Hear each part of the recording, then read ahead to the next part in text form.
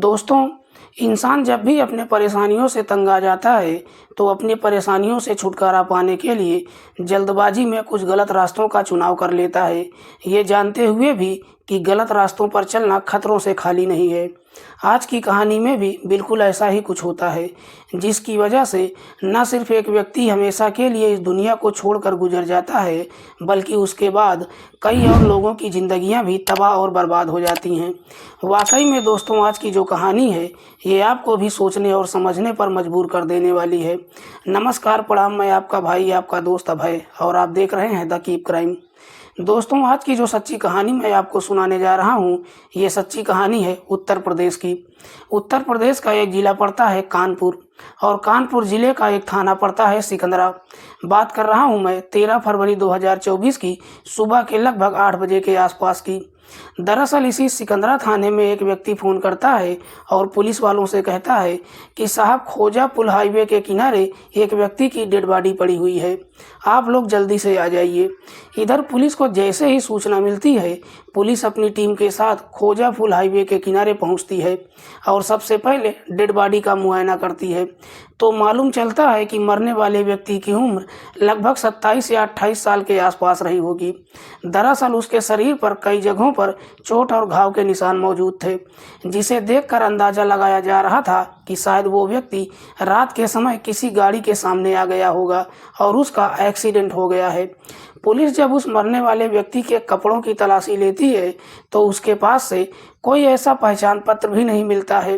Police घटनास्थल की काफ़ी बारीकी तरीके से जांच पड़ताल तो करती है, लेकिन इसके बावजूद भी पुलिस के हाथ में कोई ऐसा सबूत भी नहीं मिलता है जिससे मरने वाले व्यक्ति की पहचान हो सके। इसीलिए पुलिस सबसे पहले उस डेड बॉडी को अपने कब्जे में लेती है और उसे पोस्टमार्टम के लिए भेज देती है।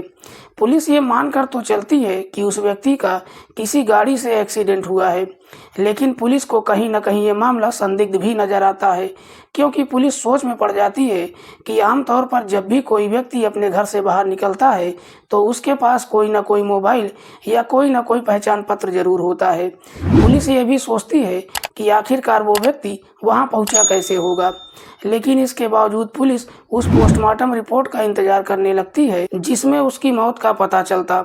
2 दिन बाद पोस्टमार्टम रिपोर्ट भी आ जाती है, तो आखिरकार उस पोस्टमार्टम रिपोर्ट में इस बात का खुलासा होता है कि उस व्यक्ति की मौत एक्सीडेंट की वजह से नहीं हुई है, बल्कि उसके शरीर पर किसी भारी चीज़ से कई बार वार किया गया है।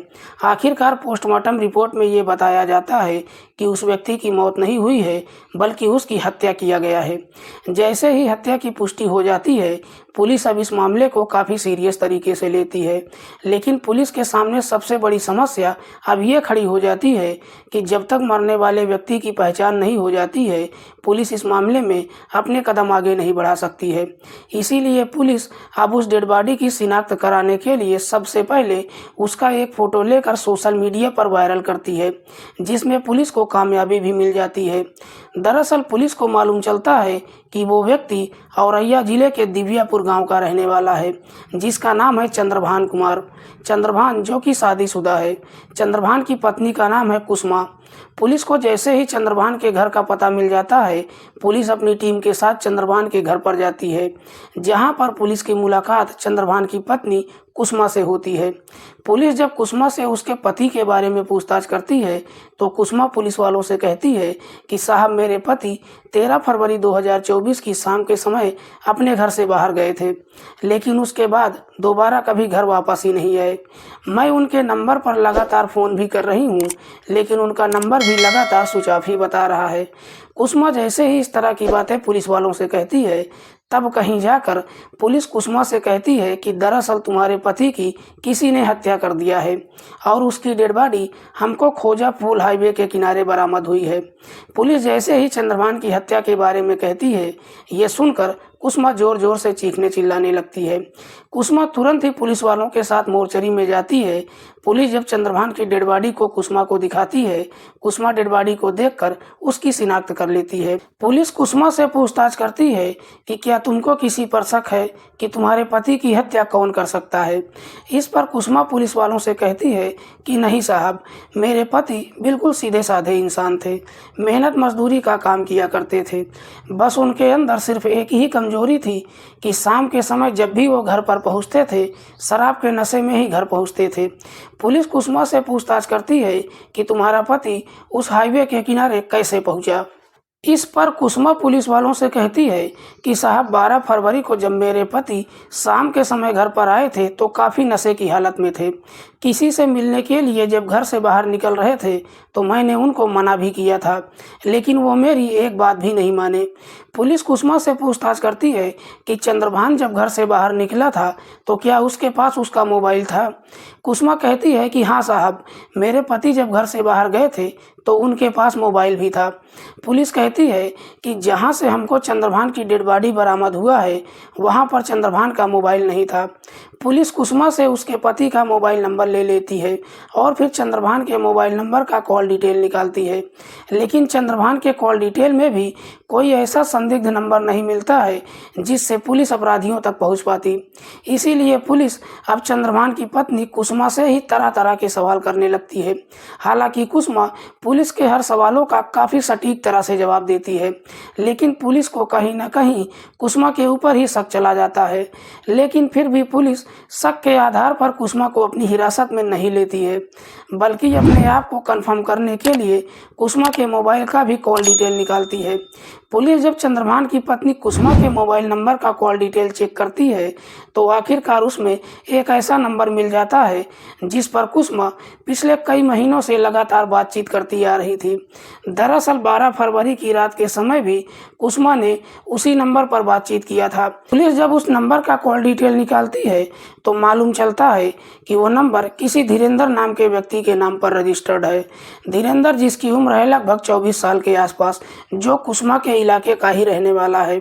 पुलिस को जैसे ही धीरेंद्र के घर का पता मिल जाता है, पुलिस धीरेंद्र के घर जाती है और उसको अपनी हिरासत में लेकर थाने पहुंच जाती है। पुलिस सबसे पहले धीरेंद्र से पूछताछ करती है कि तुम्हारा कुसुमा के साथ क्या संबंध है। इस पर धीरेंद्र पुलिस के सवालों का कोई जवाब नहीं देता है, जिससे पुलिस को पूरा भरोसा हो जाता है कि धीरेंद्र जरूर चंद्रभान की हत्या में कुछ न कुछ जानता है।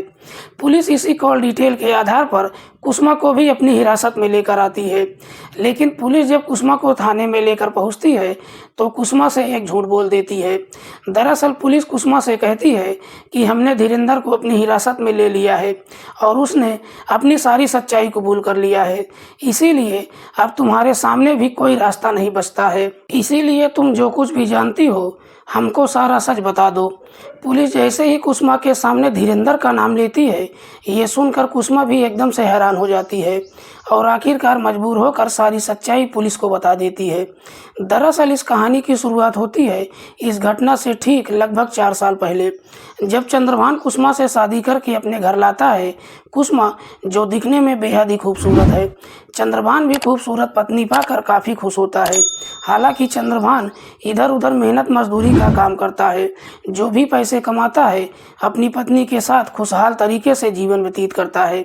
जब 2 साल का समय गुजर जाता है, चंद्रभान को एक बेटा भी हो जाता है, लेकिन जैसे ही 2 साल का समय गुजरता है चंद्रभान का अपनी पत्नी से लगाव कम हो जाता है और उसका काम में भी मन नहीं लगता है। हालांकि चंद्रभान के घर में खर्चा तो बढ़ जाता है, लेकिन उसकी आमदनी जस की तस ही रह जाती है। इसीलिए कुसुमा अब अपने पति के ऊपर दबाव डालने लगती है कि तुम ज़्यादा से ज़्यादा पैसा कमाओ। लेकिन कुसुमा जब अपने पति के ऊपर दबाव डालने लगती है तो चंद्रभान भी अब काफ़ी टेंशन में रहने लगता है और अपने टेंशन को दूर करने के लिए शराब का आदी हो जाता है। अब चंद्रभान मेहनत मजदूरी करके पैसा कमाए या ना कमाए, शाम के समय जब भी अपने घर पर पहुंचता है तो ज़रूर शराब पीकर ही आता है। लेकिन चंद्रभान जब शाम के समय शराब पीकर अपने घर पर पहुंचता है तो उसकी पत्नी कुसुमा अपने पति का जमकर विरोध करती है। शराब पीने का विरोध जब अपने पति के सामने करती है तो चंद्रभान भी अपने पत्नी की जमकर पिटाई करने लगता है, जिसकी वजह से अब पति और पत्नी के बीच में दूरियां बढ़ने शुरू हो जाती हैं। और तभी कुसुमा के जीवन में उसी के इलाके का रहने वाला धीरेंद्र नाम का व्यक्ति एंट्री कर जाता है। धीरेंद्र जब पहली बार कुसुमा को देखता है तो कुसुमा की खूबसूरती देखकर पहली ही नज़र में उसको अपना दिल दे बैठता है और फिर कुसुमा के नज़दीक पहुंचने के लिए अक्सर उसके घर के आगे पीछे घूमना शुरू कर देता है। जैसे ही कुछ महीने का समय गुजरता है, इधर कुसुमा भी जब अपने सामने बार बार धीरेंद्र को देखती है तो कुसुमा को भी ये समझने में देर नहीं लगती है कि धीरेंद्र उससे चाहता क्या है। और आखिरकार ना चाहते हुए भी कहीं ना कहीं कुसुमा भी धीरेंद्र को पसंद करने लगती है। उसके बाद कुसुमा और धीरेंद्र के बीच में प्रेम प्रसंग शुरू हो जाता है। कुसुमा और धीरेंद्र के बीच में जब प्रेम प्रसंग शुरू हो जाता है, शुरुआत में तो इस बात की जानकारी किसी को नहीं मालूम चलता है, लेकिन जैसे ही कुछ महीने का समय गुजरता है, आखिरकार इस बात की जानकारी चंद्रभान को मालूम चल जाता है। चंद्रभान को जैसे ही मालूम चलता है कि उसकी पत्नी का उसी के इलाके के रहने वाले धीरेंद्र के साथ में प्रेम प्रसंग चल रहा है, चंद्रभान अपनी पत्नी को काफ़ी समझाने की कोशिश करता है, लेकिन इसके बावजूद भी कुसुमा अपने पति की बात मानने के लिए तैयार ही नहीं होती है। इसीलिए गुस्से में आकर चंद्रभान अपनी पत्नी की पिटाई भी करने लगता है। लेकिन चंद्रभान जब भी अपनी पत्नी की पिटाई करता है, इधर कुसुमा ये सारी बातें अपने प्रेमी धीरेंद्र से बताती रहती है। कुसुमा अपने पति से इस प्रकार से परेशान हो जाती है कि एक दिन कुसुमा जब अपने प्रेमी धीरेंद्र के नंबर पर फ़ोन करती है तो कहती है कि मैं अब अपने पति को बिल्कुल भी बर्दाश्त नहीं कर सकती हूँ। अगर तुम वाकई में मुझसे सच्ची मोहब्बत करते हो तो मेरे पति को हमेशा के लिए इस दुनिया से ही हटा दो।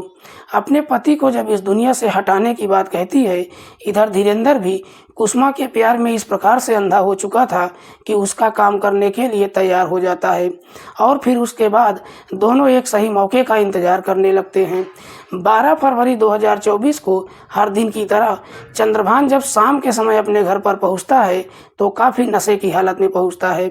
शाम के समय जब घर पर पहुंचता है, हर रोज़ की तरह छोटी छोटी बातों को लेकर अपनी पत्नी के साथ झगड़े तकरार शुरू कर देता है। लेकिन जैसे ही झगड़े तकरार शुरू करता है, इधर कुसुमा अपने प्रेमी धीरेंद्र के नंबर पर फ़ोन करती है और अपने घर पर बुला लेती है।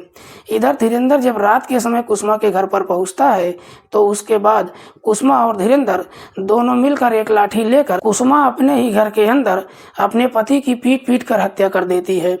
इधर जैसे ही चंद्रभान की मौत हो जाती है, उसके बाद दोनों मिलकर चंद्रभान की डेड बॉडी को ठिकाने लगाने के लिए सफ़ेद कलर की अपाची बाइक पर उसकी डेड बॉडी को लेकर इसी खोजापुल हाईवे के किनारे पहुंच जाते हैं और चंद्रभान की डेड बॉडी को हाईवे के किनारे ही फेंक देते हैं।